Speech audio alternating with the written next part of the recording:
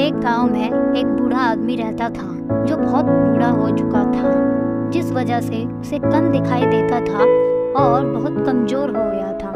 इसलिए अपनी बची कुची जिंदगी अपने बेटे के साथ बिता सके, इसलिए शहर में रह रहे उसके बेटे के घर रहने चला गया। बेटा एक शहर के छोटे मकान में रहता था। मकान तो उसका छोटा था, लेकिन उसके अंदर जो चीजें थीं वह महंगी थीं। उस मकान में बेटा, उसकी पत्नी और उनका एक 5 साल का बच्चा, यह छोटा सा परिवार साथ मिलकर रहता था। बूढ़े पिता के आने से उनके परिवार का एक सदस्य और बढ़ गया। यह पूरा परिवार रोज सुबह शाम डाइनिंग टेबल पर साथ में खाना खाया करता। बूढ़ा पिता अपनी कमजोरी के चलते हमेशा खाने की चीजें नीचे ही गिराता रहता और कई बार कांच के बर्तन भी टूट जाया करते थे। कुछ दिनों तक तो बहू और बेटे ने यह सब सहन किया, लेकिन बाद में वे दोनों बूढ़े की ऐसी हरकतों से चिढ़ने लगे। एक दिन बेटे ने कहा कि ऐसा कब तक चलेगा, हमें कुछ करना पड़ेगा। उसकी पत्नी भी इस बात से सहमत हुई। अगले दिन बेटा कहीं से एक पुराना मेज लेकर आया और घर के एक कोने में उसे लगा दिया और अपने पिताजी से कहा कि आप यहीं पर बैठकर खाना खा लिया कीजिएगा। उन्होंने एक लकड़ी का बर्तन भी बनवाया जिसमें वे अपने बूढ़े बाप को खाना देने लगे।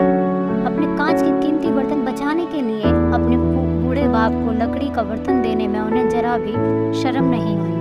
अब खाने का समय जब जब होता तो बूढ़ा बाप एक कोने में बैठकर खाता और बाकी का परिवार डाइनिंग टेबल पर खाना खाया करता। डाइनिंग टेबल पर बैठे बैठे दोनों पति पत्नी कभी कभी अपने बूढ़े बाप की तरफ देख लिया करते। बूढ़े बाप की आंखों में उन्हें आंसू भी नजर आते, मगर उन पर जैसे कोई असर ही नहीं होता। बूढ़े का पोता भी यह नज़ारा हमेशा देखता और वह अपने में ही खोया रहता। एक दिन जब पत्नी डाइनिंग टेबल पर बैठकर खाना खा रही थी, तब उनका बच्चा जमीन पर बैठकर कुछ कर रहा था। उन दोनों ने बच्चे के हाथ में लकड़ी का टुकड़ा देखा, लेकिन उन्हें कुछ समझ नहीं आया कि बच्चा लकड़ी के टुकड़े के साथ क्या कर रहा है। जब बच्चे के पिता ने उसे पूछा कि बेटा आओ खाना खा लो, तुम नीचे बैठकर क्या कर रहे हो, तब बच्चे ने भोलेपन से कहा, अरे मम्मी पापा, मैं आप दोनों के लिए लकड़ी का बर्तन बना रहा हूँ ताकि आप लोगों को जब आप बूढ़े हो जाओ तो दिन में खाना दे सकूं। अपने नादान बेटे द्वारा दी गई यह सहज बात दोनों के दिल में तीर की तरह उतर गई। दोनों एक दूसरे का चेहरा निहारने लगे।